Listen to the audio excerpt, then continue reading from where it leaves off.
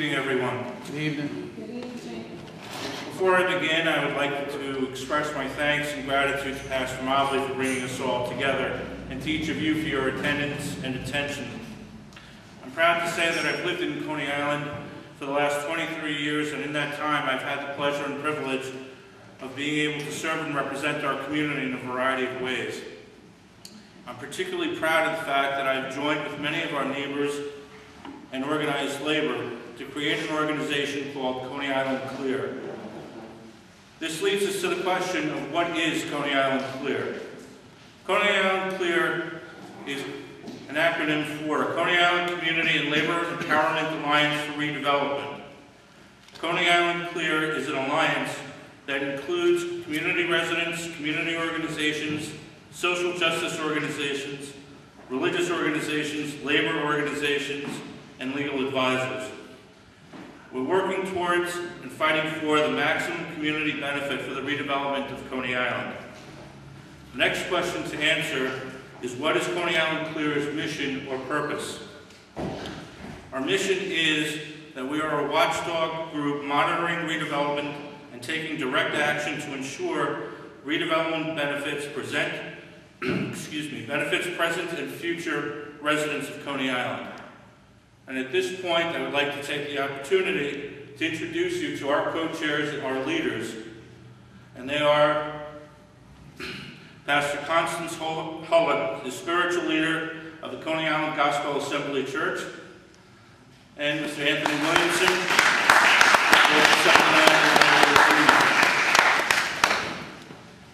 As we all know, the subject of Coney Island's future has been and continues to be a very hot topic. This is because the plans for the redevelopment of our community are still in the process of being discussed, debated, and finalized. This leads us to the question of what can development be or do for our community. Now, what can development do? It can give us new affordable housing, create new economic engines, provide us with new and improved infrastructure, career training and enhancement, help us be environmentally responsible, and give us improved community services. At this point, I would like to pick up on a subject that Pastor Mobley mentioned during his presentation, community benefit agreements, which are also known as CBAs. Before we can discuss the issue of a CBA, I think it's important to briefly explain exactly what it is. Community benefits agreement is a legally binding agreement document between developer and community, and addresses community concerns with redevelopment, and it also addresses the conditions of community support for development. This might lead some of you to ask some very valid questions. Why do we need a CBA? Don't most development projects provide some local benefits? What items can be addressed in a CBA? What drives a CBA? I will attempt to briefly answer each of these questions. Why do we need a CBA? Don't most development projects provide local benefits anyway?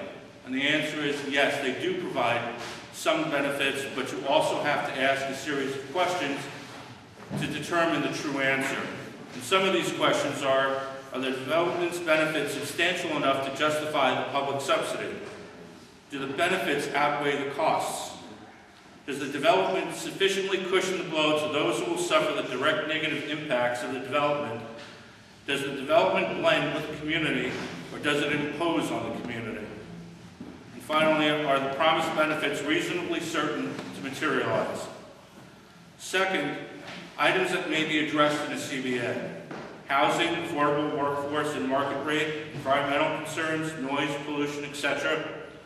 Labor standards, family-sustaining career-type positions, apprenticeship training benefits, preferences to current community residents for new housing and jobs, assuring that local residents have access to good union jobs and good housing, education and public park concerns, increased security, traffic and parking concerns. Now, the list that I've just mentioned is not inclusive. It doesn't cover everything. I'm sure everybody in this room can come up with a large list of issues and concerns that they think should be addressed. Now, what drives the CBA? A strong, united, and organized community alliance, elimination of the status quo, a commitment to working together, putting the needs of the community ahead of the wants of the individual. At this time, I would like to extend an invitation to each of you and all of your friends, relatives, and neighbors. Coney Island Clear will be hosting a detailed workshop on the subject of community benefit agreements as a follow-up to my brief presentation here. I apologize for the fact that we don't have flyers to hand out to you at the moment, but we're still in the process of confirming the availability of our guest speaker. It's my understanding that the event will be prior to December 16th. Now, realizing the time is short, I would like to conclude with the following comments. First, I would like to once again thank Pastor Mobley for bringing this together and express my hope that this will be an ongoing process where we can join together to work for the betterment of our community. Second, words cannot appropriately describe how important it is for each of us to stand up and make our voices and opinions heard, even if there are times when we agree to disagree on a particular issue or subject. If we fail to speak up, we turn over the ability and authority to make decisions about what happens in our community to other people. That, my friends, would be the sorriest thing of all. I would like to close by sharing with you a short poem that has been attributed to Pastor Martin Niemöller about the inactivity of German intellectuals following the Nazi rise to power and the purging of their chosen targets, group after group. It is called First They Came. In Germany, they came first for the communists, and I didn't speak up because I wasn't a communist. And then they came for the trade unionists, and I didn't speak up because I wasn't a trade unionist. And then they came for the Jews, and I didn't speak up because I wasn't a Jew. And then they came for me, and by that time there was no one left to speak up for me. The moral and point of this is that we should not wait until we are directly affected to speak up. We must stand up and take responsibility for ourselves and our community. We must come together and set aside any personal differences that we may have so that we can do what is right for our community and make sure that everyone is spoken and accounted for in general and specifically with regards to the development of Coney Island. Thank you.